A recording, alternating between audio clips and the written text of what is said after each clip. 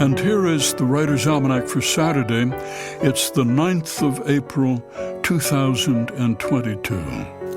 It was on this date, 1968, 2 funeral services were held for Dr. Martin Luther King Jr., who had been assassinated in Memphis on the 4th of April, the first funeral at Ebenezer Baptist Church in Atlanta, and the second at Morehouse College, his alma mater. It's the birthday of the French poet Charles Baudelaire, born in Paris in 1821, famous for his collection of prose poems Les Fleurs du Mal, The Flowers of Evil, in 1857, which included 6 poems about lesbianism, promptly deemed so obscene that Baudelaire, his printer, and his publisher were hauled into court, and the poems were banned from future printings in France. It was almost 100 years later, 1949, the judgment of obscenity was finally reversed, and the poems were restored.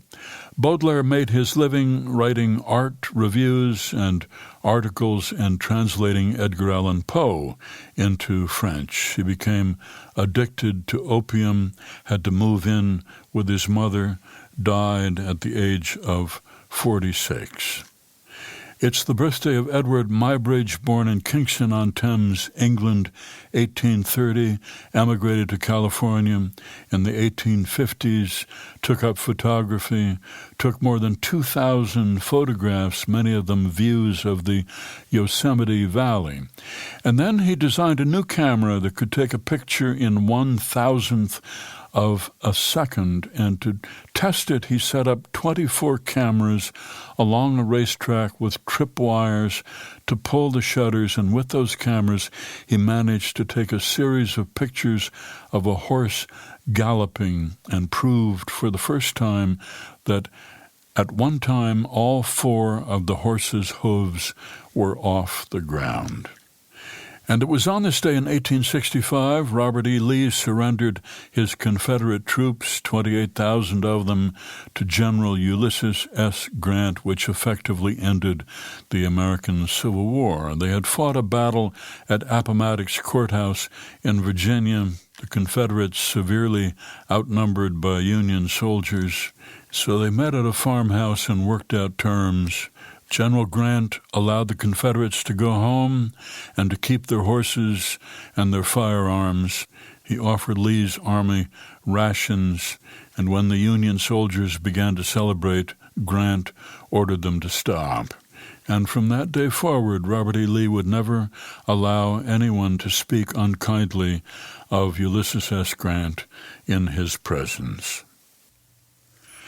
Here's a poem for today by David Wagner, entitled Loons Mating. Their necks and their dark heads lifted into a dawn blurred smooth by mist. The loons beside each other are swimming slowly in charmed circles, their bodies stretched underwater through ripples quivering and sweeping apart.